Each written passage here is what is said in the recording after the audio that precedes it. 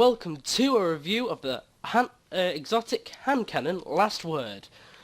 So, if you're looking to get this hand cannon, first off, this is week 48 of Zur, and as you can see, if you go to the tower north where the speaker is and continue along here, Zur is selling it for 23 strange coins.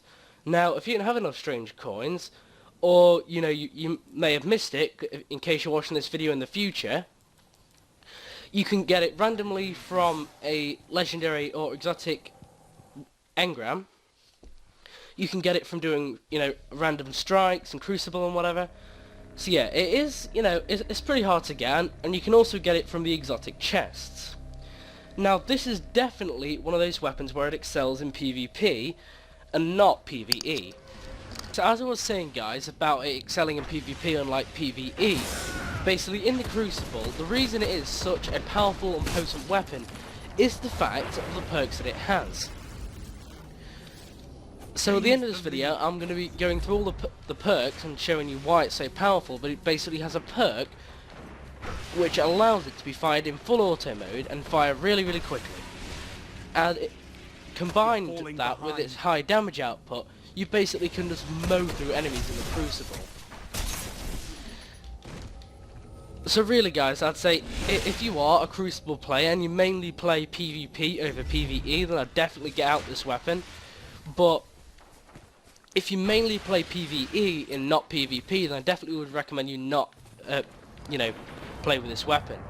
Now, another thing which a lot of people love about the Last Word is the aesthetics of the weapon. It sort of has that sort of cowboy, sort of old-fashioned feel when you use it. Combine that, with the futuristic sort of feel of Destiny, and it looks amazing as you sort of fire the gun.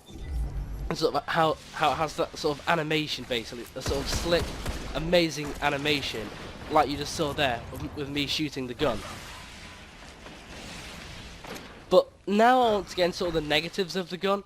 And basically, one thing that sort of holds this weapon back a lot when in the Crucible, well, not really in the Crucible, mainly for PvE, is the fact that it has a very low range and slightly low impact. Now, you're not really going to notice this in the Crucible, but honestly, in PvE, you are really not going to, you're going to notice this a lot.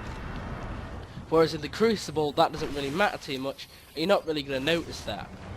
And another thing basically is the fact that it has a pretty low mag size for the fire rate of the weapon. It fires in full auto mode, which is like an auto rifle, and it has 8 shots. And if you ask me, that really isn't enough to be able to do enough damage. So that is why I would definitely recommend this for Crucible players, but not really for PvE players. Okay, guys, so as you can see, now I'm going to go over the final part of the review, and let's look at the statistics of the weapon. So as you can see, it has an overly fast fire rate for a normal hand cannon. Its impact, it's okay, I guess, but it's not that good for PvP. PvE.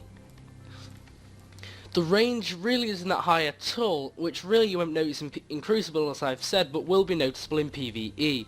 The stability is okay, and the reload speed is kind of slow, but if you do have, if you are a hunter or a warlock and you basically have the sort of the quick reload perks, then this really isn't going to be an issue for you. But if you're a Titan, this may kind of be an issue for you, especially in the Crucible. So as you can see, you basically have a hip fire, so you get a bonus accuracy when firing from the hip, and this is when the actual Last Word perk comes into play a little bit. The bonus damage and stability and extra precision damage when firing from the hip. This allows you to get very, very quick close quarter kills. It's not quite good at, when you're doing sort of long range gunfights, especially if your accuracy, isn't that good from the hip. But for those close quarter encounters, this thing really is going to pack a good punch in your enemy, and I believe you can kill them within about 2 or 3 shots if you get them all in the head, especially when you fire from the hip. So overall, guys, this is definitely a pretty solid weapon. I would pass on this weapon if, you're a PvE player, but if you like the Crucible and PvP and Iron Banner and whatever, this honestly is probably one of the best weapons. I mean, it's not too well balanced. It mainly is good for close quarters and mid-range encounters. So if you want a more balanced weapon, I'd probably recommend something like Hawkmoon if you're on PlayStation, Thorn, or even something like the Revelator or Fatebringer. They will be a lot more well balanced, but if you want something that's made for one-to-one encounters, this weapon is definitely the one for you. Now, one last thing about the Crucible, this weapon does tend to do a lot better when you're playing smaller game modes like Skirmish and Rumble, because you go through ammo like crazy, and combined with that slow reload speed, you're going to struggle to basically kill, get lots of chain kills with this weapon. So thank you for watching, guys. I hope you have enjoyed this video. Goodbye from Potent Plum.